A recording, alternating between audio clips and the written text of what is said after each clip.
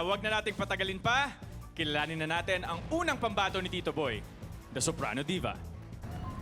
Kumakanta ako para sa anak ko at saka sa sarili ko. Sa aming dalawa. Matindi ang pinagdaanan ko bilang isang single mom. Pumunta sa isang government agency para humingi ng tulong. So, that agency helped me na mahanapan ako ng isang orphanage. Hindi ko naman siya pinamimigay. Ginawa ko lang lugar yon na parang temporary shelter para mabuhay siya. Kasi ayaw kong tumira kami sa kalye. Hindi ko pa nasasabi sa kanya na sorry. Kasi may time na wala ako. Mamahalin mo siya habang buhay. Hanggang sa mawala ako sa mundo.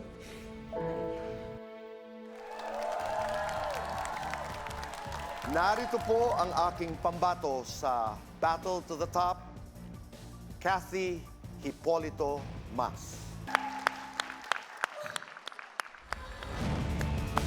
The Soprano Diva, Miss Kathy Hipolito Mas.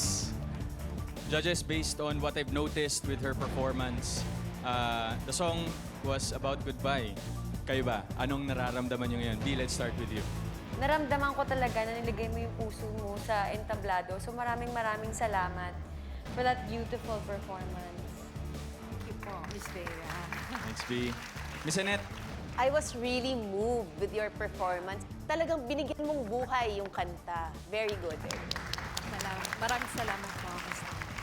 thank you, Miss Annette. Kuya Jose, Ang dami namin nakikita. Ako, ang dami ko nakikita habang kumakanta ka. Nag-iisa ka lang, pero pag kumakanta ka, ang daming lumalabas. Sa bawat kanta mo, sa ganda ng boses, wala na, hindi na natin pag-uusapan yung pagiging soprano. Napakaganda. Congratulations. Maraming salamat po.